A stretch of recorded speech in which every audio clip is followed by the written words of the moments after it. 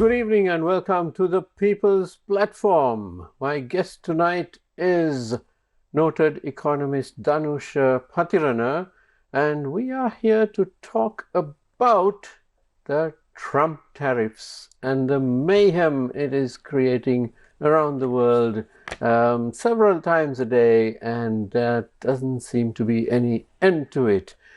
Right. Good evening and welcome, Dhanusha. Good evening. Thank you for having me, Niresh. Right. So the latest, Dhanusha, is well, there's so many aspects to it. The spat now between Donald Trump and India.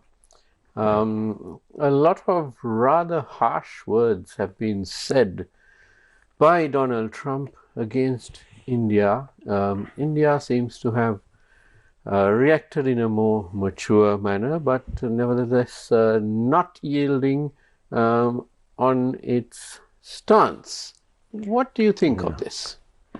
Yeah, I think compared to China, India has not, of course, taken practical or tangible measures in terms of retaliatory tariffs against US, but of course the tax rate is significantly low compared to China. China is subjected to something like 55%, where India is only 25%, but Trump is threatening that this can go up anytime. So yes, he has threatened another 25, so it would effectively be 50. 50. So, but as far as I know, I think they haven't imposed it yet. Not yet. I think it's the end of this month. It's going to come. Yes. So then, of course, it will have an impact, but I don't think it is as serious as much as we perceive it to be. If we look at the Indian numbers, now India exports about 82 billion to the United States, and they have a $82 billion worth of goods. But when you take the size of the Indian economy, that's merely fraction of that, or probably less than 2%. Now, Indian economy is close to 4 trillion, around 3.9 trillion US dollars.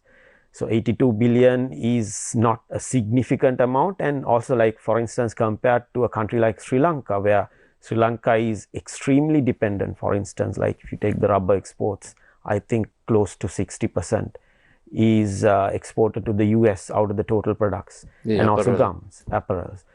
So, but when it comes to India, India is only exporting something close to 10% of its total exports, whereas I think it's around 825 billion.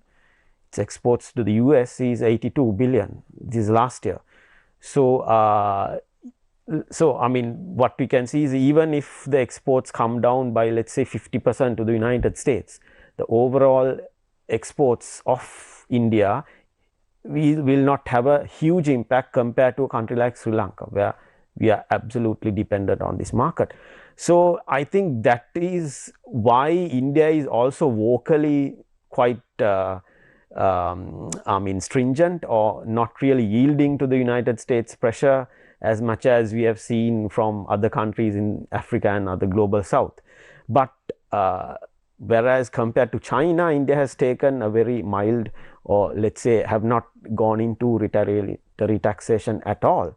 But they are very much clearly complaining of the double standards of the United States. We see the last time I think we have seen this practice is back in the Great Depression days in the 1930s, where the trade war led to the actual world war, or hot war as they call it.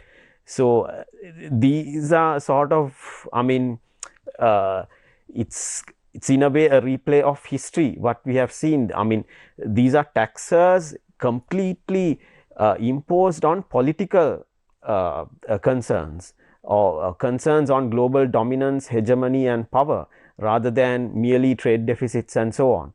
Because what we see is that Trump is saying, look, India is purchasing from Russia, but India is saying US is purchasing even more from Russia, and even the West is purchasing a lot. But there is discriminatory tariffs imposed on the global south. So this clearly reflects the fact that this is the power struggle in the global dominance is reflected through this discriminatory tariffs.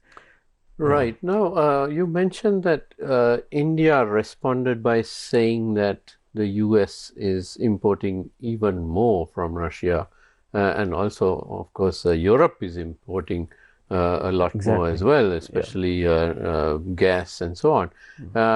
And up to now, no one has challenged India's assertion, so we can take it as correct.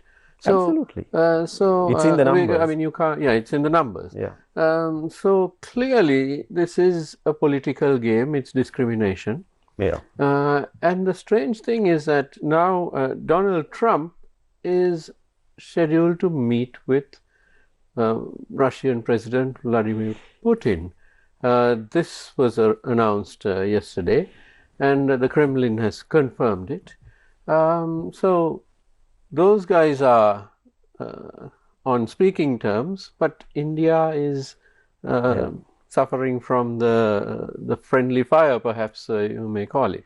Yeah, I think now, I think one of the key promises of Trump's campaign before he was elected was that he would bring peace to the conflict between Ukraine and Russia. But I think this is something he has a bee in his bonnet about, bringing peace to selective conflicts. Not every conflict, but selectively, which is not a bad thing. It's good to bring about peace, and we saw it in a couple of instances. Thailand and Cambodia, when they had their brief border conflict, it was Trump who, ironically, he threatened them with high tariffs if they did not come to the table. And of course, yesterday they have signed a 13-point ceasefire agreement, so that's lovely. And then, of course, I think in the DRC, the Democratic Republic of the Congo, he has pressured Rwanda and the DRC to come to the table. So he does have some influence, but then with the manner in which he goes about it tends to cause a lot of chaos worldwide. Yeah, I think now he has not been able to move an inch when it comes to the Ukraine and Russia conflict. I mean, he has not been able to influence at all, especially the demands or the position of Russia, where Russia is now more aggressively moving into the Ukrainian territory, and he is more focused on a regime change, as far as I have heard. So where that has not been a condition which, of course, the West is ready to agree. So it seems that Trump's discussion that is scheduled to be held will not yield much results, as far as that's what the commentators on this are saying. So it's highly likely that the conflict will go on. So yes, so I think there is pressure on him politically, I think domestically also, because his credibility has been questioned with all these tariff moves, and also on the position of the Ukraine conflict. So he is trying to push his position into the conflict, but it has not worked so far. So I suppose you can see it as that. Now, interestingly, Trump's major issue is and was with the larger economies of the world, especially China, but also India, Russia, Brazil, and the entire European Union. But all those major countries and blocs have managed to somehow stave things off. I mean, India, as you said, is in a good position to simply stand on its own. Brazil is not yielding. They've been hit with 50%, but they are fighting back. And because they've already petitioned the World Trade Organization, although that's a very lengthy process. And Russia is not yielding either, despite the threat of high tariffs. the European Union, I think, did a deal with Trump, and they got some favorable results. Yeah. But it's the smaller countries, about 150 small countries basically, which have been hit very hard.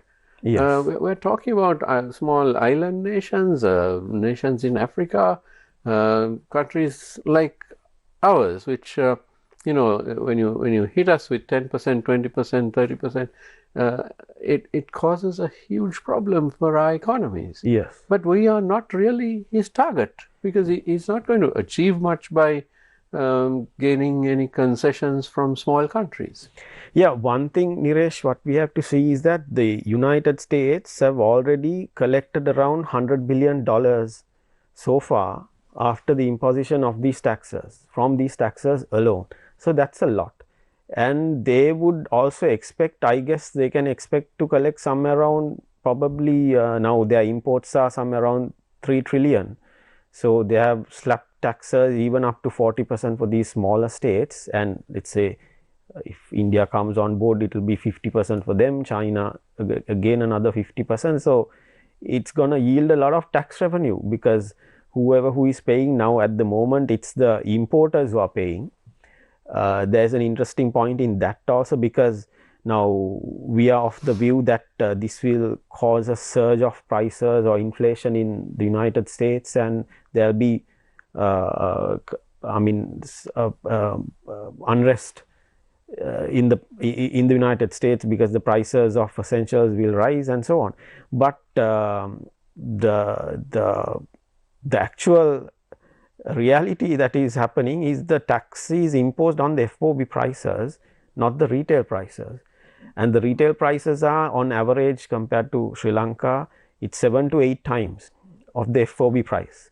So if you do a simple calculation, let's say what we are exporting, let's some piece of garments is $5 priced as FOB, is taxed, let's say 20%, which means the price is going to go up by $1.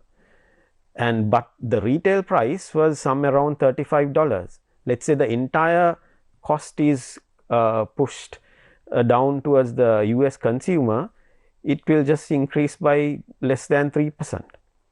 Right. So what you're saying is the FOB price, which is the value when the goods leave the exporting leave the export and enter the United States. No, when you enter, it's the CIF. Right. So it is the when the goods leaves, let's say, Sri Lanka border. Yeah. But then once it gets to the United States, then the company, the principal who ordered that is anyway going to mark it up significantly. Our apparel is not, is marked up several times before it is sold to the customer. They reap the surplus of the value chain. They are the ones who actually swallow up the surplus of the produce. So the taxation is most likely, now there is another point I want to make. Now I think we are of the view, before we come into the question which you raised, we are of the view that Sri Lanka is now completely out of the woods, because on one thing, the absolute tax rate came down from 44, earlier announced 44 to 20, and also the relative tax difference is now negligible, and India rate is even above than us, and it is likely to go up to 50%. So, but the issue here is now, because we expect a significant decline in global demand with these tariffs coming into play, into picture, and even without the tariffs, there was a stagnation overall. So, there is likely to be increased intensity in competition for the global market share. So, this means to say that our competing suppliers is highly likely to undercut each other and try to say that we will absorb most of this 20% or whatever taxes that are imposed on them.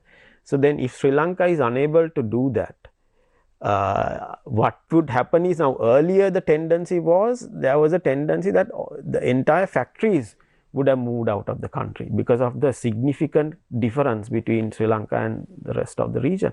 But right now, although that possibility is mostly gone down, there is a likelihood that the buyers will now possibly move, because let's say if other suppliers in the region like Vietnam and so on, Cambodia and all that, offer lower rates, trying to capture the market, anticipating a reduction in global demand, then our suppliers would either lose the buyers if they are not capable of doing that or competing on the prices, or if not, they will push the burden back onto the workers. And even now that has been discussed, and that's very much on the cards. So that danger is there. And then on the other hand, there are positives also, because what we see is now our exports is almost half of our imports. So let's say our exports somewhere around 12 to 13 billion, whereas our exports is most likely to exceed 20 billion. Our imports. Our imports. So if the global competitiveness is going to increase, that means the overall prices will move down. Yes. Especially now, if this imposed taxes on India is coming to play. India is a heavy importer of oil. It imports most of its oil consumption, I think over 90%. So that means there is a likelihood of their demand going down for crude oil. And globally, there is a tendency that oil prices may move down even further. If not, the OPEC and so on would cut their supplies to keep, and that would make matters worse, because a declining demand and prices would see, supply prices still remaining high would further contract or further make the issues worse. If we just disregard that possibility, the tendency is that the prices will move down. So if we are lucky, we might even see an improvement in our trade balance because of this, because overall exports, because if this 50% tariff comes, obviously India will try to be more competitive and bring their prices down and try to enter into other markets more aggressively. If US is if the entry point to US is now mostly closed, if let's not hope that way, but I mean, these are all ifs and buts, but we need to speculate like that. So that means we are a heavy importer of Indian goods and also Chinese. There is a high likelihood that the prices of these goods will come down, and on one hand we might see a improvement in our trade balance, and also because the fact that we are also a heavy importer of oil. But on the other hand, that would mean that there are, I mean, we know for a fact that 50% of our GDP, or even more than that, I think around 52 to 55, is held up by the SMEs, small and medium enterprises. And some of these SMEs are actually engaged in competing with some of the imports that are coming in to the country from India and China. So they might see a new wave of competition crashing into them, because these two major giants in the world economy right now is now aggressively competing into other alternative markets outside the United States. So we will see multiple forces pulling the economy in different directions, but ultimately it will not be good on the working class of the country, and also the small and medium producers who are likely, I'm not talking about the non-tradable sector where, you know, we are producing these short eats and so on, that is not tradable across borders. The tradable sector, that is the manufacturing, will face more issues going forward. And so moving on, I think about the certain arguments which our especially the garment manufacturers are making, we need to contest that also, because now why are we so dependent and very fragile when it comes to you know, even there's a slight shock in the global economy, we are almost ready to collapse like a house of cards. So this vulnerability compared to, like, you know, our neighbor India and the region, Vietnam, how do we understand this now? So I think the primary question we need to raise is that how the employers themselves try to tackle this question. What they are saying is that our production costs are high, so that's why they are finding it difficult to compete, and our labor productivity is low. So on both accounts, especially our electricity costs are high. But on both accounts, we can very easily contest these arguments. Now, if we actually go into the CB website, they give you a breakdown of the tariffs which consumers pay and the industries pay and the services pay. Would you believe the industries pay on average 17 rupees a unit? That is the rate which from a consumer's perspective, a consumer would pay if your consumption is less than 90 units per month, which is at the lowest end of the spectrum. Whereas the highest end is 60 rupees, who is consuming more than 180 units. So this means compared to the consumer sector, the industrial sector is being subsidized by the consumers, even by the lowest end of the most poorest end is paying more than our industrialists. So that's one point. So it is completely wrong to say they are paying higher tariffs. Dhanusha, we need to take a short commercial break, but I can see the endless possibilities and the scrutiny which now everybody is focusing on the economy, on every argument put forward, and it's like a whirlwind of an economics lesson to the entire world. Don't go away, we'll come back right after this short break.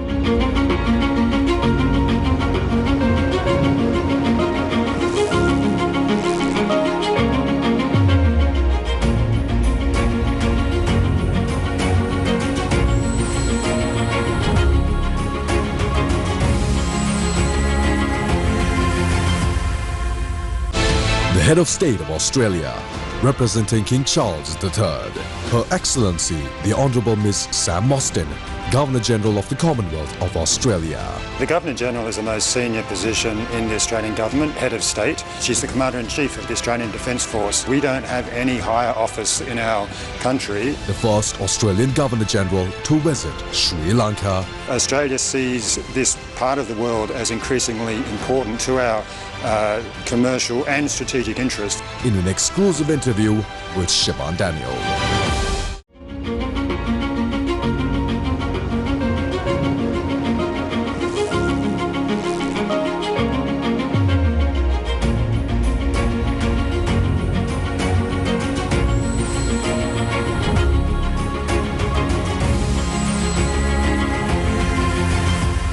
Welcome back to the People's Platform with economist Dhanusha Pathirana. Now, Dhanusha, as I said before the break, this has thrown open a whirlwind of possibilities and nothing seems certain. Things change from day to day. For example, Brazil, a few weeks ago, never thought that they would be hit by 50%. Yeah. But it turns out that Donald Trump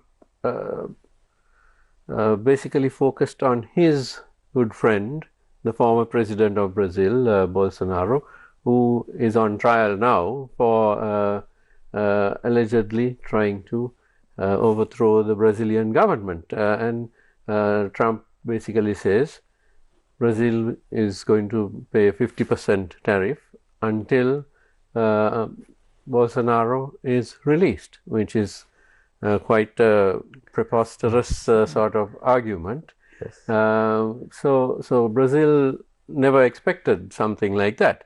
And then you have the case of Switzerland, which is paying 39%. And that's very strange because the Swiss thought they were negotiating well. And in fact, the Swiss had hosted the trade talks between the US and China. So they thought they were on a good footing. They'll get a relatively good tariff. But when it was all announced, they have 39%.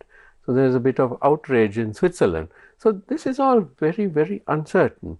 Now, into this uncertainty, can I ask you a very practical question? There are many Sri Lankan companies which are operating in India, operating factories, mainly because of, well, production cost is somewhat lower perhaps, and maybe other reasons. But now those Sri Lankan companies, won't they be hit with the 50% tariff because they are producing from India? What is their option now? Yeah, absolutely. Now, I mean, moving into your question about the production cost, how do we explain this relatively lower costs in everywhere else in the region except in Sri Lanka, where industrialists, or won't call them industrialists, like the manufacturers, what they do is type of an assembly type of work rather than manufacturing or industry per se. So how do we look at this issue of higher costs here? What the industrialists are saying, the costs are high. One is the electricity. I think we debunked that idea. Well, one more thing I could say is that they have also benefited from the depreciation of the currency, which is not a benefit the consumers or the average person is having. Their incomes are not pegged to the dollar, whereas the exporters' incomes are pegged to the dollar. So they have, I think, absolutely no impact on this high electricity tariffs which the consumers or the average person is paying. So then what they're saying is our labor costs are high and the labor force is less productive and so on. But if we look at the actual numbers, now there is what we call a data portal maintained by the ILO. It's called the ILO Stat. It's a massive portal on data bank on labor statistics. Now, even before our currency depreciated drastically in 2022, our manufacturing sector female wages were lowest in the region. It was lower than India and Bangladesh. And in 2024, there's a report came out from the Japanese Export Development Organization, or you call it JETRO, I think. They said that in all of Asia, in the manufacturing sector, it's Sri Lanka's wages that is lowest in the region, in Asia. So you can't say that our wages are high, because that's not what the statistics show. And so despite the fact that, yes, then there is a reason for them to move out, the costs must be high. So how do we explain the higher costs? Actually, the higher costs are triggering from their own backwardness. How do we explain this? Now, if you look at Vietnam or India, they have a massive what we call backward linkage, a huge supply chain domestically built up. So that brings down the costs of other supplies, not the labor, because now what we do in garments is we import everything except for labor. So if we take the total production cost, the imported cost is about 50 to 60% of all that. So that means the inputs play a massive role in the final cost structure. So if you take Vietnam, they have a massive, huge textile industry, which if you're producing these in-house, that cost tends to go down. So then what the question we have to ask is, what are you doing with your profits, the surplus? Now, I had done a study very recently. There is a 20 to 25% rate of under-invoicing in the export sector, especially in the garments under HS code 61 and 62, going up to 6 digits. Especially when the exports are to US, Germany and also UK. The under invoicing is significant. It's even worse in precious stones. Won't go there, because it's about 150%, like what we see in Africa. I mean, extraction of natural resources and its exports is bound with under invoicing and capital flight in the global south, which is again practiced here in this country when it comes to precious stones or gems. It's absolutely massive, and it's very easy to stop. Now you have the HS codes. If you want, the data is there. It's just the fact that the government has to get along with the customs and the central bank to actually move in. But now moving back into the garments, so one what are they doing? The surplus, they're moving it out of the country and placing it with hard currencies. That's one thing. And the other thing is that they are engaging in consumption. We see, like, massive luxury imports are coming in, so they are busting the cash in all these fuel guzzling vehicles. So what we see is not capital accumulation, but mostly going into consumption, and that is reflected in overall national accounts by a very low savings rate. If you see the savings rate in countries like India, is very high, even close to 50%. Our savings rate is over, not because the surplus is not there, because these guys are moving out half of the savings, and then rest of it they are busting it in luxury consumption.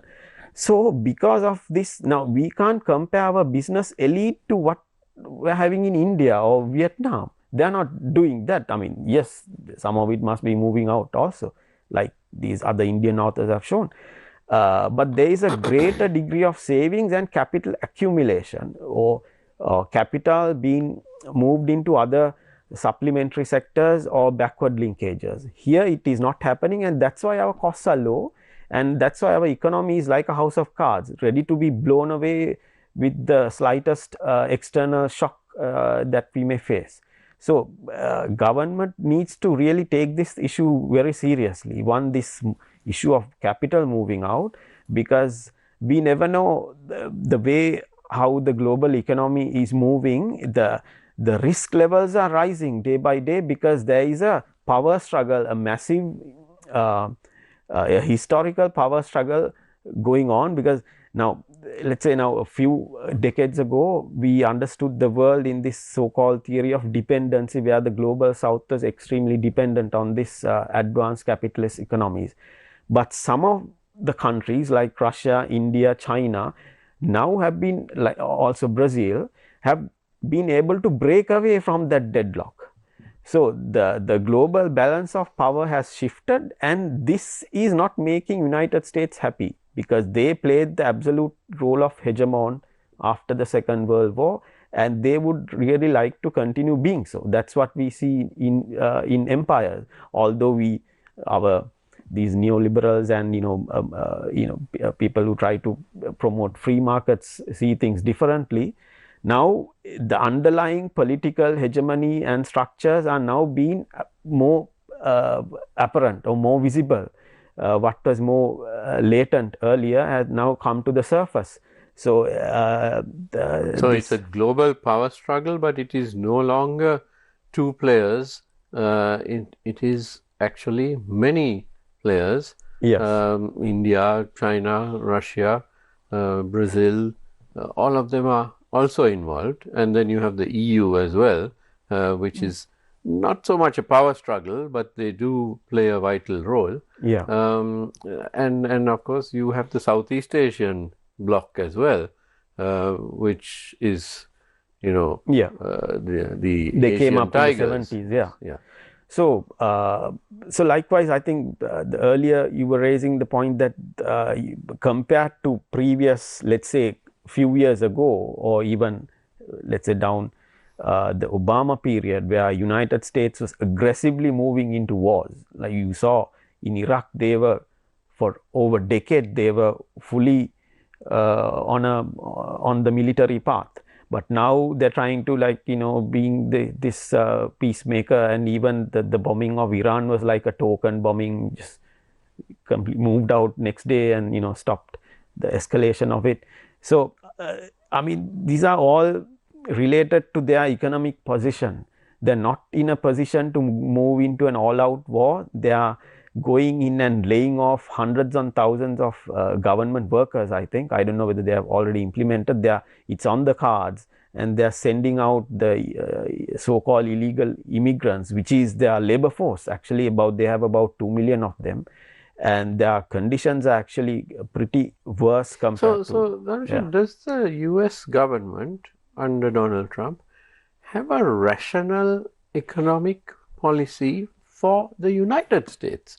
Because as you said, they've sent off, and they are still sending off, hundreds of thousands or millions of the illegal immigrants, as they call them. which is dubious because some people who actually have visas are also being sent off, and there have even been US citizens who have ended up in detention camps in El Salvador and all kinds of other countries. But what you said is that this is their labor force at the very bottom, and these people are being sent off. So who's going to do the work, which is really baffling, because if you take the United States is still their agriculture is huge, and it's not one crop. It's not just wheat. You've got fruits and apples, oranges, all those things. Who's going to work on those? Because most Americans, I don't think want those jobs. Those are low-level jobs, and it's hard work, very hard work. Yeah, if you take U.S. agriculture, I think it's less than 1% of their GDP, and also because they run huge, massive family farms running up to hundreds and thousands of acres, worked by a couple of people using heavy machinery, unlike in Sri Lanka. So the workforce that sector. But there are other industries like the construction industry. Yeah, absolutely. That's massive. That's labor utilizing sector. Like their services sector employs 80% or more. I think 90%. Industries is something like 8 to 9, and that tiny 1% is taken up by agriculture. So that is one reason where now, if we take the Western European developed countries, the industrial share is much greater. It's up to 20 to 25%. So the job quality, of course, and the earnings are much greater in that sector, which also benefits, because what we have called this cost disease theory of William Baumol. It shows that when the services sector grows, there is a tendency to prices to move up because the productivity stagnates, and that the services sector wages tends to be dominated by the industrial sector higher wages, assuming there is full employment. But of course now there is hardly full employment there. So there is the issue of quality of employment in US, where the precariousness kicks in. What we mean by precariousness is that now the risk of employment is classically or naturally accepted to be borne by the employer. But in precarious type of work, this risk is now being transferred into the worker, the employee, and whenever so compared to the risk, their wages are also low. So there is a huge risk, and the collapsing middle class and so on, what they've been talking about for the last 10-15 years, and the real earnings of the workers going down. So so it is the political cry of these people that actually became vocal through Trump, which had also created cracks between the political establishment and the business or the Wall Street, because these tariffs, they're not so much in favor of the business class. So I suppose that's why the negotiation not only happened between these countries and the Trump administration, but there was also some negotiation between the Trump administration and the business elite in the United States, which moved the taxes down. So yeah, so there. Now, if we get back to Sri Lanka, now should we be happy with this 20%? Is there any risk in negotiation that it might actually be increased, or should we continue negotiating and try to get it reduced? I think Niresh, now they have probably considered certain things from part of Sri Lanka, like tax reductions or zero tax entry. We don't know. We don't know that. So, but obviously there's a lot of rumor about this. Rumor are going on, but this type of tariff reduction on part of United States is reflecting that we have come into a certain agreements to buy more and make entry of US goods to Sri Lanka much easier, that we can assume. So, if we do not abide by those whatever what we have agreed with the United States, we might see again but there is no formal trade deal yet. No. As the UK signed with the US, the EU signed, Vietnam signed, so, Japan, so many countries. So there's no formal trade deal, which is what Donald Trump wants. He wants every country to make a deal. So, we might see in the near future these deals becoming more official. I think right now it's at the unofficial level, there is some sort of an understanding. So, but the government was very explicit about their interest in buying more US crude oil products or petroleum products. I think then they'll have to reassess the possibility of that, because the gradings are different US petroleum grades are different compared to our grades are way lower here, but of course India is up to that standard right now. So, and also they have been promised to, I think, purchase more agricultural products from the United States. So, you'll have to see how practical that is in terms of costs, because that means you'll have to move from countries like India, China and Pakistan, where probably costs are lower, to a higher cost producing manufacture. So, but in the future, now in the next few weeks, as negotiations continue, what can we offer? We are not a China or a European Union.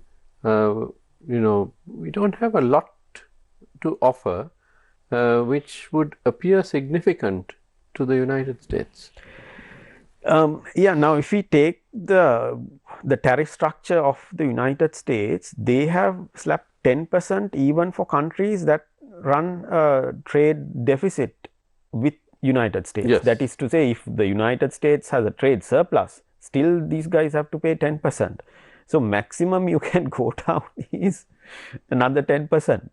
And already even without the additional 20%, we are paying on average 10% for our goods exported to the United States. So, that means our tax will be overall 30%, which is a lot. One thing is, I think the government should reassess the economic structure. I don't know whether they have this capability, the technical insight into it, to go to have a really restructuring of the entire production, mode of production that we are having, which is absolutely fragile. So, but certain problems needs to be understood, especially what is happening to the surplus, economic surplus in the private sector, what happens to it, because that is where the savings are, and that needs to be accumulated or reinvested within the country in what we call a process of diversifying industries, which are interconnected. Not now what the government is doing is like they are opening a Sultan's here and they are opening a hotel here, absolutely no connection. That does not actually live up to the standards of a economy per se, because an economy is an integrated network of production. We don't see any connection between, for instance, our export sector. If we see, there is no connection. Garments, but we haven't seen that in decades. Yes, that is why this government is here. They, they were brought to power by a complete, watershed moment in Sri Lanka's political history, where the old guard was thrown out, as the people perceived it to be, and they were given a free hand to transform this, and But that's easier said than done. That is the thing, but they need to build up their technical capabilities into it, and especially at least move into what is happening to the surplus and try to retain it within the system, and try to bring it into sectors where it would have a what we call a dynamic comparative advantage, that is not sticking to the static comparative, that is to say what the market prices would tell you where to put the money, and that is what we have done, and we are just putting into garments and tea and whatever, some rubber exports are there. That is what the prices are telling us. So there is a theory that came up in early 90s after looking into the development process of East Asians. It came through the Princeton University publications that price, if you just stick to what the prices would determine where the investments should go, your future productivity levels will stagnate, because the prices would tell you to ultimately reproduce the existing framework structure of productivity. So, what we call the middle income trap or so on can be also interpreted this way. That means the role of the state becomes even more greater. Even we looking at now I'll tell you an example I've been telling few times, that for instance in the early 70s, South Koreans were planning to have a steel industry for the country. So when this was planned, World Bank came up to them and said, look here, your comparative advantage does not allow you to do this, your production costs are high, if you go into this, you will basically lose all the money you put into this, so don't do this. But the South Koreans didn't mind what they were saying. There were lots like, institutes like that, like probably what Verite, Advocata, like these people are saying, advising is to follow the market. But South Korea didn't do this. South Korea went ahead and invested close to, I think, 3.5 billion in starting this steel industry, entirely run by the state. So by 1985, or within 12 years, they became the lowest cost producing steel manufacturer, I think, in the Asian region or in the world. And later on, of course, that was transferred to the private sector. But the example there is that the economic structure, the change in the structure came through state investments or state planned industries. So one needs to really put one's thinking cap on and plan out an economy rather than just go for the latest and the most obvious opportunities. Absolutely. Right. Well, I'm afraid, Dhanusha, that we are out of time. My thanks to Dhanusha Pathirana, economist, for being with us today after some time, I think. You've been on the program. And thank you to you for watching. Don't go away, because the news is coming up next, and have a great weekend.